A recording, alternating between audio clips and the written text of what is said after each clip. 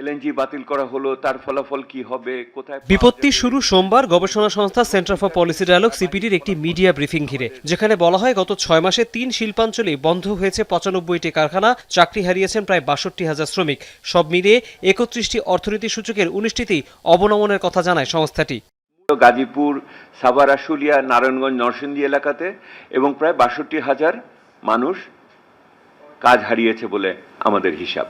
শিল্প কারখানা বন্ধ ও শ্রমিকদের কাজ হারানোর পরিসংখ্যানটি শিরোনাম হয় প্রিন্ট ও ইলেকট্রনিক মিডিয়ায়। এই ভাইরাল হলে সোশ্যাল মিডিয়ার পক্ষে বিপক্ষে তৈরি হয় আলোচনা সমালোচনা। এর মাঝেই fact checking platform the Dissent জানায় সংবাদ মাধ্যমের অসত্য তথ্য ব্যবহার করে গবেষণা রিপোর্ট তৈরি করেছে সিপিডি। কেননা সিপিডির আলোচ্য সময়ে চলতি বছরের জানুয়ারি থেকে আগস্ট এর 6 মাস বিএনপি সরকারের অধীনে, অথচ বন্ধ হওয়া কারখানা ও চাকরিহীনতার সংখ্যা হুবহু মিলে গেছে 2025 সালে জাতীয় দৈনিকে প্রকাশ হওয়া একটি প্রতিবেদনের সাথে। দ্য ডিসেন্ট জানায় সিপিডির সাথে তারা যোগাযোগ করলে সংস্থাটি ঢাকা ট্রিবিউন নামে একটি গণমাধ্যমের রিপোর্টের বরাত দেয়। সন্ধ্যায় এই ঘটনায় আনুষ্ঠানিকভাবে দুঃখ প্রকাশ করে সিপিডি। তারা জানায় গবেষণা পদ্ধতিতে সরকারি বিভিন্ন নথি ও বিবৃতির সাথে সংবাদ মাধ্যমের তথ্য ব্যবহার করা হয়। তারা ঢাকা ট্রিবিউনের ওয়েবসাইটের রেফারেন্স নিয়েছিল, যাচাই করেনি মূল উৎস। তাছাড়া মঙ্গলবার বিকেলে আগের তথ্য বদলে পত্রিকাটির ওয়েবসাইটে খবরটি সংশোধন করা হয়েছে বলেও জানায় সিপিডি।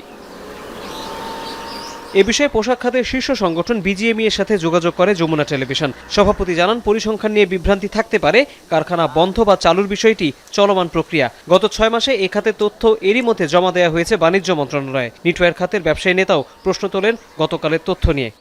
গত 6 মাসের যে ডাটা আছে তাতে করে 31টা ফ্যাক্টরি বন্ধ হয়েছে এবং 16,739 জন শ্রমিকের চাকরি এর মধ্যে চলে গেছে। ওকে, এবং এই ফ্যাক্টরির নাম, ঠিকানা সহ আমরা দিতে পারবো।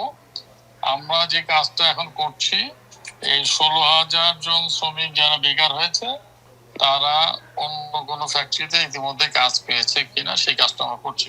আগে বন্ধ হয়েছে, তত্ত্বাবধায়ক সরকারের সময় অনেকগুলো কারখানা শুরুর দিকে বন্ধ হয়েছে পলিটিক্যাল কারণে, নানান শ্রমিক আনরেস্টের কারণে।